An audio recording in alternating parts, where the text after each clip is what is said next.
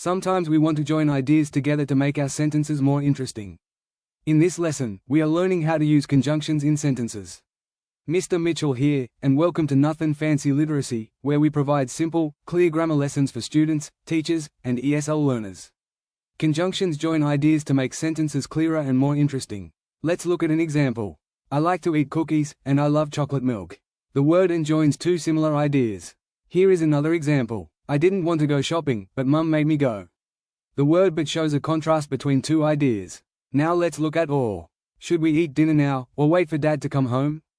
The word or gives us a choice. And finally, so. I know you are tired, so I will let you rest. The word so shows a result. Using conjunctions helps your writing flow better and sound more natural. Here is your activity. Write a sentence using an, but, or so. Take a moment to pause the video and try it yourself. If this lesson helped you, subscribe to Nothin Fancy Literacy for more simple and clear grammar lessons.